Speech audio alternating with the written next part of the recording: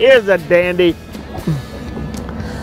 When the sea bass get ready to spawn, they get these humps on their heads in this bright blue-green color. We call these greenheads. That's the finest fish on your table right there. Let me tell you something. These scented baits make such a difference with your bottom fishing. Here's what I want you to think about.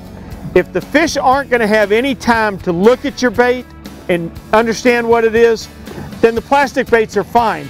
But if you've got a situation where you're dropping baits into a group of fish and they're going to have time to look at it, you want something with a little bit of scent to it.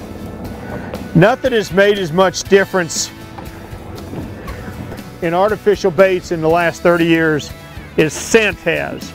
Gosh, I was 9 or 10 years old the first time somebody took me to a tackle shop and we asked for anise oil. Actually, we went to a drugstore to ask for anise oil to soak our worms in.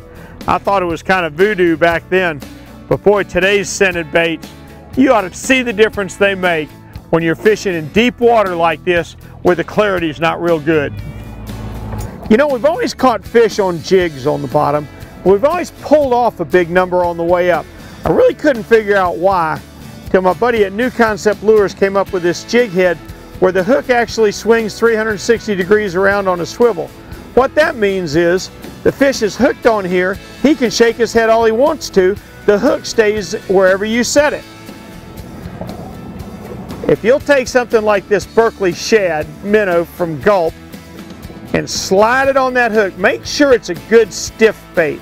Some of the Berkeleys are set up for saltwater and some of them for freshwater. This is a saltwater shad, and you drop that into a sea bass's world, he can't stand it. They're deadly on triggerfish. They're actually very good on red snapper too. But let me tell you, scented baits on the market have made it possible anytime. You don't have to wait for the bait shop to go open.